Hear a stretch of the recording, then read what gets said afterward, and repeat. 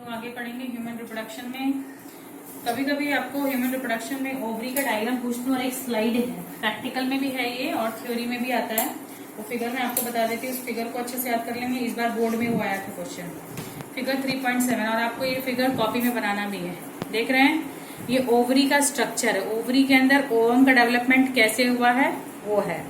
तो अगर आप इसको रीड आउट करेंगे तो उसमें आपको पता चलेगा। सबसे पहले क्या है, प्राइमरी फॉलिकल है। फॉलिकल क्या होता है, सिंगल सेल जो उससे स्टार्ट होता है और उसमें रिपीटेड माइटोटिक डिवीजन होता है, जिससे वो सेकेंडरी में चेंज होगा, फिर टर्शरी में चेंज होगा, फाइनली ग्राफियन या मैच्योर फॉलिकल में चेंज होगा। यहाँ पे क्या है, सिर्फ माइटोसिस डिवीजन हो रहा है और कोई डिवीजन नहीं हो रहा है। प्राइमरी फॉलिकल है, ये फर्स्ट किस में चेंज हो गया, सेकेंडरी फॉलिकल में चेंज हो गया, और इसके बाहर क्या हो, एक मेम्ब्रेन डेवलप कर गई, थीका डेवलप कर गया, और एक किसमें चेंज हो गया, सेकेंडरी फॉलिकल में। सेकेंडरी फॉलिकल फिर फर्दर किसमें चेंज हो जाएगा, secondary follicle will change into tertiary follicle. Tertiary follicle की खास बात यह है कि टर्शरी फॉलिकल में एक लिक्विड होता है जिसका नाम है एंट्रम। क्या नाम है, एंट्रम। ये इंपॉर्टेंट है। टर्शरी फॉलिकल में क्या होता है, एक लिक्विड होगा जिसका नाम है एंट्रम। यहाँ पे सिर्फ रिपीटेड सेल का डिवीजन हो रहा है, और यहाँ पे हमारा क्या है, सेकेंडरी oocyte डेवलप कर रहा है। फिर क्या होता है टर्शरी फॉलिकल में, आगे आप जब पढ़ते हो ओवम का जो oogenesis पढ़ते हो, उसमें आपने पढ़ा सेकंड मियोटिक डिवीजन। जब सेकंड मियोटिक डिवीजन होता है तो क्या बनता है, सेकेंडरी oocyte बनता है, और क्या बनता है, पोलर बॉडी, ये बनता है। तो ये डिवीजन जो सेकेंडरी oocyte और पोलर बॉडी का है, ये इसके अंदर ही बन रहा है, इस फॉलिकल में बन रहा है। और ये फॉलिकल किसमें चेंज हो जाएगा, ग्राफियन फॉलिकल। किसमें चेंज हो जाएगा, ग्राफियन फॉलिकल या फिर मैच्योर फॉलिकल में। यानी ये क्या है, एक्चुअली ये है एक स्ट्रक्चर जिसके अंदर ओवम का डेवलपमेंट हो रहा है ओवरी में। तो ओवम का डेवलपमेंट ओवरी में फॉलिकल्स के अंदर होता है। किसके अंदर होता है, फॉलिकल्स के अंदर। प्राइमरी फॉलिकल चेंज होगा सेकेंडरी फॉलिकल में। इसका डिस्क्रिप्शन में जब आप इसको रीड करेंगे, कोई भी वीडियो जब आप करते हैं तो कॉपी सामने रखो, रीड करो, अपने आप समझ में आएगा। ठीक है। सो प्राइमरी फॉलिकल किसमें चेंज हुआ, सेकेंडरी फॉलिकल में चेंज हुआ, और secondary follicle will change into tertiary follicle. इसमें क्या है, इसमें सबसे पहले थीका डेवलप कर गया, यानी प्राइमरी फॉलिकल इसमें क्या डिफरेंस होगा, इसमें थीका डेवलप कर जाएगा। फिर उसका टर्शियरी फॉलिकल, इसमें क्या डिफरेंस होगा, ऑब्वियसली इसका साइज तो बड़ा हो ही रहा है, प्लस इसमें एक लिक्विड आ जाता है जिसका नाम है एंट्रम। ठीक है, यहां तक फिर ये तो फॉलिकल का डेवलपमेंट है, लेकिन इसके अंदर जो हमारा ओवम बनने वाला है, ओवम किस स्टेज पे पहुंचा है, सेकेंडरी oocyte बन जाता है, यानी कि मियोसिस 2 हो जाता है। और ये जो अंदर ओवम है किसमें डेवलप कर गया, सेकेंडरी oocyte में और पोलर बॉडी में। ठीक है, और ये वाला जो टर्शियरी फॉलिकल, ये मैच्योर होकर के क्या बना देता है, ग्राफियन फॉलिकल, या इसको हम मैच्योर्ड फॉलिकल भी कहते हैं। इसके अंदर जो ओवम था, अब कैसा हो गया ओवम, जो वो चेंज हो चुका है सेकेंडरी oocyte में, और एक छोटी सी पोलर बॉडी बन गई है। ये जो सेकेंडरी oocyte है, यहाँ देखिए, इस सेकेंडरी oocyte के बाहर एक मेम्ब्रेन डेवलप करती है। इस मेम्ब्रेन का नाम आपको आना चाहिए, 1 नंबर में क्वेश्चन आता है। इस मेम्ब्रेन का नाम है जोना पेलुसिडा। क्या नाम है इसका, जोना पेलुसिडा। क्या नाम है, जोना पेलुसिडा। ठीक है, ओवम के बाहर जो मेम्ब्रेन होती है उसका नाम क्या है, जोना पेलुसिडा। और ये फाइनली चेंज किसमें हो जाता है, ओवम में। किसमें चेंज हो जाता है, ओवम में। देखो यहाँ डायग्राम में देखो क्या है, प्राइमरी फॉलिकल था, प्राइमरी फॉलिकल सेकेंडरी फॉलिकल्स में चेंज हुआ, ये टर्शरी फॉलिकल में चेंज हुआ। इसमें क्या फ्लूइड है, एंट्रम। उसके बाद ये किसमें चेंज हुआ, ग्राफियन फॉलिकल में चेंज हुआ। यहां तक हमने पढ़ा। उसके बाद क्या होता है, ग्राफियन फॉलिकल से ओवम रिलीज हो जाता है, और release of ovum from Graafian follicle, इसको हम कहते हैं ओव्यूलेशन। क्या कहते हैं, ओव्यूलेशन। यानी कि ये जो स्ट्रक्चर होगा, ये अब रप्चर कर जाएगा और टूट जाएगा, और इसमें से ओवम क्या हो जाएगा, बाहर आ जाएगा। ठीक है, ये स्ट्रक्चर रप्चर कर जाएगा। ये जो स्ट्रक्चर था आपका ग्राफियन फॉलिकल या मैच्योर्ड फॉलिकल का स्ट्रक्चर था, ये अब रप्चर्ड कर गया है, टूट गया है, ओवम बाहर आ गया है। ठीक है, और ओवम का जो रिलीज होना, इसको हम क्या कहते हैं, ओव्यूलेशन। क्या कहते हैं, ओव्यूलेशन। टर्म का डेफिनेशन जरूर पढ़ लेंगे, what is ovulation, it is the release of ovum from ovary. ठीक, अब ये जब निकल जाएगा तो ये जो बचा हुआ पोर्शन है, यानी कि ये बचा हुआ पोर्शन इस तरीके से, ये जो बचा हुआ पोर्शन है, ये चेंज किसमें हो जाएगा, ये एक नया नाम इसके लिए दिया गया है, कॉर्पस ल्यूटियम। यानी जो अब बचा ओवम के रिलीज के बाद जो स्ट्रक्चर हमारे पास बचा है, उसका नाम है क्या, कॉर्पस ल्यूटियम। ये बहुत इंपॉर्टेंट है। कॉर्पस ल्यूटियम एक हार्मोन सिक्रीट करता है जिसका नाम है प्रोजेस्टेरोन। क्या नाम है, प्रोजेस्टेरोन। और वही हमारा एंटी एबॉर्शन हार्मोन है। एंटी एबॉर्शन हार्मोन मतलब कि वही हार्मोन है जो कि प्रेगनेंसी को मेंटेन करता है, उसके वजह से कभी एबॉर्शन नहीं होता है। अगर उस हार्मोन का कंसंट्रेशन बिगड़ जाए तो एबॉर्शन होने का चांसेस बहुत ज्यादा बढ़ जाता है। यानी क्या बताया, प्राइमरी फॉलिकल किसमें बदला, सेकेंडरी फॉलिकल में, वो किसमें बदला, टर्शरी फॉलिकल में, और वो किसमें बदला, ग्राइफिन फॉलिकल में। तो ये तो बात होगी फॉलिकल की। लेकिन ओवम का क्या हुआ, ओवम जैसे oogenesis हो रहा था तो जो हमारा ग्राइफिन फॉलिकल इस स्टेज पे आते आते oogenesis का कौन सा स्टेज है यहाँ पे, कि यहाँ पे सेकेंडरी oocyte बन गया है, पोलर बॉडी बन गया है। ठीक है, अब क्या हुआ, ये रप्चर कर गया, फट गया और ओवम बाहर रिलीज हो गया।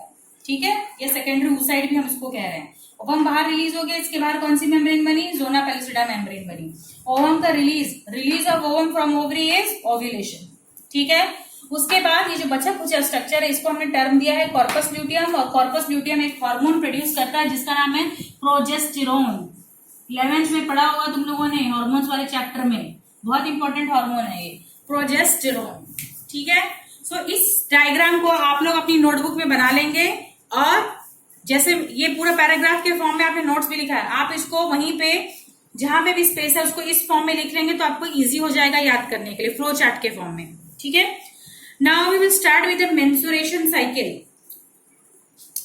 मेंस्ट्रुएशन साइकिल पढ़ने से पहले सामने अपने ये वाला फिगर आपको खोल करके रखना है, दैट इज 3.9, और सबकी कॉपी में फिगर बना होना चाहिए। समझ गए कि नहीं, सबकी नोटबुक में फिगर बना होगा। अब क्या है मेंस्ट्रुएशन साइकिल, क्या है, पहली बात क्या होता है कि जो मेंस्ट्रुएशन साइकिल है वो जो प्राइमेट्स होते हैं, जैसे कि हमारा ह्यूमन बीइंग है, एप्स हैं, इन सब में एक साइकिल रिपीट होती है हर 28 डेज में। कभी कभी आप इसकी जगह पर 24 डेज भी देखते हैं। ठीक है, हर 28 डेज में क्या होता है, पीरियड्स, हर 28 डेज में क्या होगा, पीरियड्स होगा। ठीक है,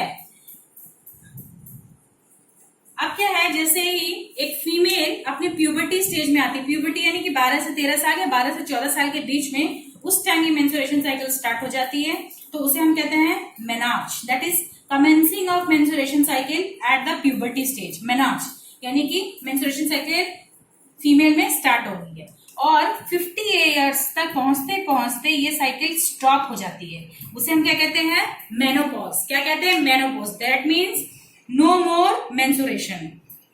मेनोपॉज में कोई मेंस्ट्रुएशन अब नहीं होगा। मेनार्च मतलब क्या है, जब मेंस्ट्रुएशन साइकिल स्टार्ट हो गई है। मेनोपॉज मतलब क्या, जब मेंस्ट्रुएशन साइकिल खत्म हो चुकी है।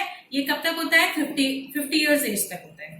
ठीक है, अब आइए, मैंने यहाँ पे आपके लिए एक डायग्राम बना दिया है, उसे देखते हैं। यहाँ पे हमें मेंस्ट्रुएशन साइकिल को 3 फेज में पढ़ना है। देखो, मेंस्ट्रुअल फेज लिखा है मैंने, फॉलिकुलर फेज या प्रोलिफरेटिव फेज, ल्यूटियल या सिक्रीटरी फेज।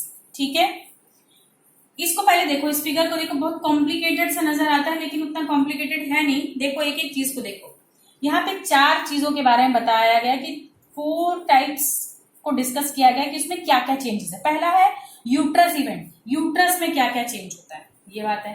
फिर दूसरा है ओवेरियन हार्मोन, यानी ओवरी से निकलने वाले हार्मोन्स में क्या क्या चेंज हो रहा है, उसका डिस्क्रिप्शन ये है। फिर ओवेरियन इवेंट, ये देखो बेटा, ये ओवरी से निकलने वाले हार्मोन का इवेंट है, ये किसका, ओवरी का इवेंट है, कि ओवरी में कैसे प्राइमरी फॉलिकल मैच्योर फॉलिकल में चेंज हो, जो हम वहां पढ़ के आए, उसका डिस्क्रिप्शन है। इसके अलावा हमारे पास एक और पिट्यूटरी से हार्मोन निकलता है, आपने लास्ट ईयर पढ़ा होगा 11th में, FSH और LH, ये उसका डिस्क्रिप्शन है। यानी कि एट अ टाइम हम 4 डिस्क्रिप्शन पढ़ रहे हैं। क्या क्या डिस्क्रिप्शन पढ़ रहे हैं कि भाई यूट्रस में क्या चेंज हुआ, ओवेरियन हार्मोन में क्या चेंज हुआ, ओवरी के इवेंट में क्या चेंज हुआ, पिट्यूटरी हार्मोन के लेवल में क्या चेंज हुआ। अब देखिए, ओवरी से 2 हार्मोन निकलेंगे जिसका नाम है एस्ट्रोजन और प्रोजेस्टेरोन। अभी मैंने आपको बताया प्रोजेस्टेरोन कहां से निकलता है, क्वेश्चन आता है, प्रोजेस्टेरोन कहां से निकलता है, प्रोजेस्टेरोन निकलता है कॉर्पस ल्यूटियम से। ठीक है, ओवेरियन हार्मोन में क्या क्या है, 2 हार्मोन हम पढ़ेंगे यहाँ पे, एस्ट्रोजन एंड प्रोजेस्टेरोन। क्या पढ़ेंगे, एस्ट्रोजन एंड प्रोजेस्टेरोन। पिट्यूटरी के हार्मोन कौन से हैं, 2, FSH फॉलिकल स्टिमुलेटिंग हार्मोन और luteinizing hormone, that is LH। ठीक है, इतनी बात समझ में आई। कितनी चीजों को हमने इसमें पढ़ना है, 4 चीजों को। ये बहुत इंपॉर्टेंट है, बहुत इंपॉर्टेंट है, इसका क्वेश्चन टेस्ट में आता है। आपका यूनिट 1 इजी स्कोरिंग है, अगर आपने इसको ही नहीं पढ़ा तो आगे आप बायोलॉजी में कुछ नहीं कर पाएंगे। ठीक है, इसका क्वेश्चन कभी किसी का गलत नहीं होता है। आज से पहले जितने 3 बैच में पढ़ा चुकी है उसमें तो बच्चों ने गलत नहीं किया, अब आप लोग का बैच थोड़ा डिफरेंट है तो कुछ कह नहीं सकते हैं। ठीक है, ये यूट्रस इवेंट है, ओवेरियन इवेंट है, ओवेरियन हार्मोन इवेंट है, ओवेरियन इवेंट है, पिट्यूटरी हार्मोन इवेंट है। ओवरी से निकलने वाले कौन से 2 हार्मोन है, एस्ट्रोजन और प्रोजेस्टेरोन। पिट्यूटरी से निकलने वाले 2 हार्मोन कौन है, FSH और LH। ये तो हो गया कि ये बना क्या हुआ है। अब इसमें हो क्या रहा है, अब हम उसको देखेंगे। सबसे पहला फेज हमारे पास आता है, इस पूरी साइकिल को हमने 3 फेजेस में बांटा है। पहला menstrual phase, first phase is menstrual phase, इसी फेज में क्या होता है, पीरियड्स, ठीक है। Second phase is follicular phase या प्रोलिफरेटिव फेज, ठीक है। कभी कभी क्वेश्चन भी आता है कि फॉलिकुलर फेज को प्रोलिफरेटिव क्यों कहते हैं, ऐसा क्वेश्चन आया है प्री बोर्ड में। तो फॉलिकुलर फेज या प्रोलिफरेटिव फेज, ठीक है। तीसरा फेज हमारे पास आता है ल्यूटियल फेज या सिक्रेटरी फेज, ठीक है। अब देखिए मेंस्ट्रुअल फेज कितने से कितने दिन तक चलता है, 3 से 5 दिन तक, यानी मेंस्ट्रुएशन कितने से कितने दिन तक चलता है, 3 से पहले 3 से 5 दिन तक मेंस्ट्रुअल फेज होता है। इसके दौरान ही क्या होता है, पीरियड्स, ठीक है। पीरियड्स में होगा क्या, पीरियड्स में होगा, आपने यूट्रस में 3 वॉल पढ़ी थी, आपको याद होगा, पेरीमीट्रियम, मायोमेट्रियम और सबसे अंदर की तरफ क्या था, एंडोमेट्रियम। तो मेंस्ट्रुएशन का मतलब है या मेंस्ट्रुअल फ्लो का मतलब है, ये मंथली डिस्चार्ज का मतलब क्या है कि वो जो एंडोमेट्रियम की वॉल है वो ब्रेक डाउन हो जाती है, टूटती है और वही क्या है, ब्लड के फॉर्म में रिलीज होती है, ठीक है। यानी it is the breaking down of endometrium. जब वॉल ब्रेक करेगी तो उसके साथ कुछ ब्लड वेसल्स भी आएंगे, ब्लड भी आएगा, ठीक है। सो क्या है ये मेंस्ट्रुअल फेज कितने से कितने दिन तक होता है, 3 to 5 डेज तक। इसमें होता क्या है, ब्रेकिंग डाउन ऑफ एंडोमेट्रियम, क्या होता है, ब्रेकिंग डाउन ऑफ एंडोमेट्रियम, ठीक है। ये तो हो गया यूट्रस में। अब चलो मेंस्ट्रुअल फेज में ओवरी में क्या हो रहा है, जैसे आप ग्राफ पढ़ते हो वही है ये। यहां से हमने पहले इस वाले को पढ़ा कि भाई यहां से क्या हो रहा है, ये मेंस्ट्रुअल फ्लो हो रहा है। चलो ओवेरियन इवेंट में देखो, ओवेरियन इवेंट में देख रहे हो कि 2 हार्मोन है, प्रोजेस्टेरॉन और एस्ट्रोजन।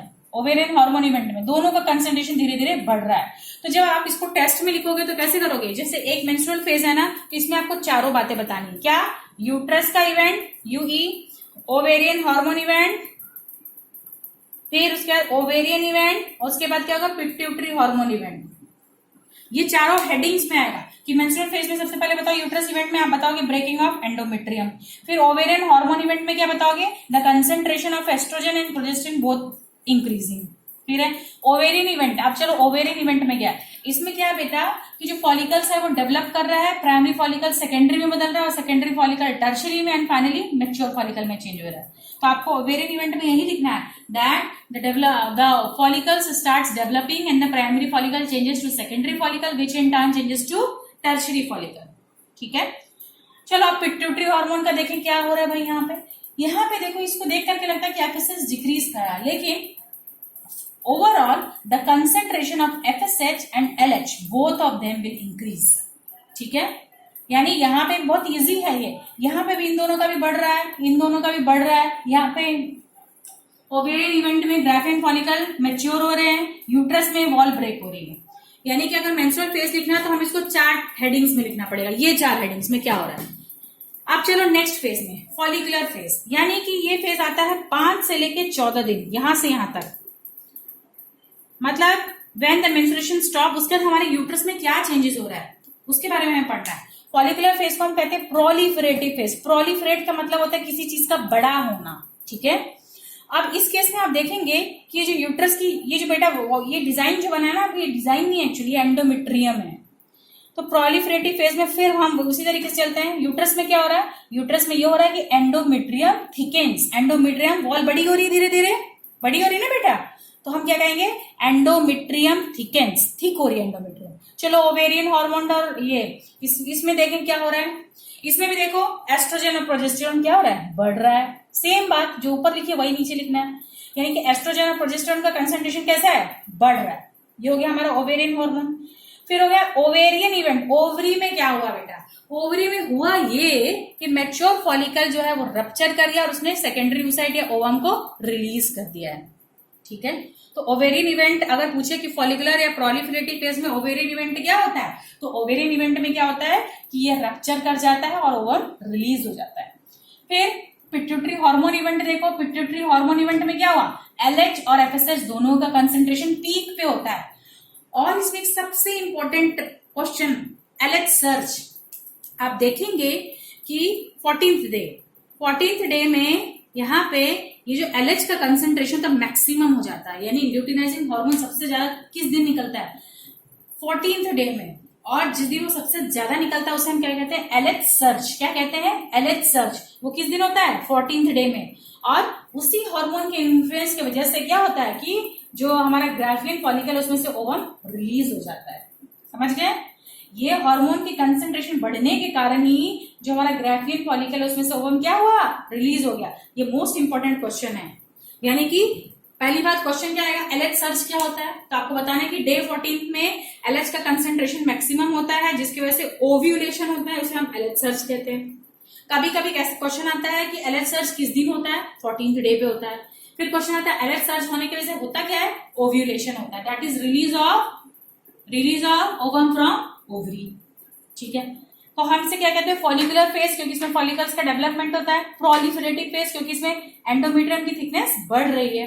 ठीक है, ये कितने से कितने दिन के बीच में होता है, 5 से 14 दिन के बीच में होता है। क्वेश्चन इस पे कैसे आता है, क्वेश्चन आता है कि आप डिस्क्राइब कीजिए कि मेंस्ट्रुएशन साइकिल में 55 से 14th डे पे क्या हो रहा होगा। ऐसे आता है, नाम भी नहीं आता इतना। आपको पूछेगा 5 से 14 दिन में क्या हो रहा होगा, तो आपको पूरा बताना है कि भाई 5 से 14 दिन में पहली बात तो फॉलिकुलर या प्रोलिफरेटिव फेज है। फिर आप बताएंगे यूट्रस में क्या हो रहा है, ओवेरियन हार्मोन में क्या हो रहा है, ओवरी में क्या हो रहा है, पिट्यूटरी में क्या हो रहा है। ये चारों बातें आपको बतानी है। थर्ड फेज हमारे पास आता है ल्यूटियल फेज या सिक्रेटरी फेज। क्या आता है, ल्यूटियल फेज या सिक्रेटरी फेज। ठीक है, ये कितने से कितने दिन के लिए होता है, 15 से 28 दिन के लिए, 15 से 28 दिन के लिए। इस केस में सबसे पहले हम देखते हैं यूट्रस में क्या हो रहा है। यूट्रस में अगेन सेम बात, एंडोमेट्रियम। देखो ये वॉल थिक हो रही है ना, थिक हो रही है कि नहीं, यानी ये वॉल क्या है, थिकनेस हो रही है, यानी एंडोमेट्रियम थिकन्स। ठीक है, यहाँ पे आप देखोगे तो कंसेंट्रेशन स्टार्टिंग में तो दोनों का इंक्रीज करा, लेकिन आप देखोगे कि एस्ट्रोजन का कंसेंट्रेशन डिक्रीज कर गया है। एस्ट्रोजन का कंसेंट्रेशन ये देखो नीचे आ गया ना, यानी क्या हुआ, डिक्रीज कर गया। प्रोजेस्टेरोन का कंसेंट्रेशन क्या हुआ, बढ़ गया है, प्रोजेस्टेरोन ज्यादा निकलने लगा है। ठीक है, यानी अगर हम पूछे कि ल्यूटियल फेज में क्या हो रहा है, तो ल्यूटियल फेज में आप बताओगे कि ओवेरियन हार्मोन के सब हेडिंग के अंदर the concentration of oestrogen has decreased whereas the concentration of progesterone has increased, वो बढ़ गया है। ठीक है, ओवेरियन इवेंट में देखो, ओवेरियन इवेंट में देखो भाई ये तो रप्चर कर गया है, तो ग्राफियन फॉलिकल किसमें चेंज हो जाएगा, कॉर्पस ल्यूटियम में। किसमें चेंज हो जाएगा, corpus luteum. Corpus luteum yellow colour का होता है, येलो कलर का टिश्यू है, इसलिए आपकी बुक में येलो कलर में बना भी हुआ है। Corpus luteum it is a yellow colour mass और टिश्यू। और कॉर्पस ल्यूटियम कौन सा हार्मोन बना रहा था, प्रोजेस्टेरोन। क्या बना रहा था ये, मैंने बताया कि ये दोनों हार्मोन ओवरी से निकलते हैं, तो जो प्रोजेस्टेरोन हार्मोन उसको कौन रिलीज कर रहा है, कॉर्पस ल्यूटियम। तो जैसे ही कॉर्पस ल्यूटियम बना तो देखो प्रोजेस्टेरोन को ज्यादा बनाने लगा, प्रोजेस्टेरोन का कंसेंट्रेशन बढ़ गया है। समझ गए, so corpus luteum will release progesterone, इसलिए यहाँ पे प्रोजेस्टेरोन का कंसेंट्रेशन बढ़ गया है। चलो फिर पिट्यूटरी हार्मोन की तरफ। पिट्यूटरी हार्मोन में देख रहे हो कि क्या एफएसएच एलएच दोनों का कंसेंट्रेशन क्या हुआ, डिक्रीज हो गया।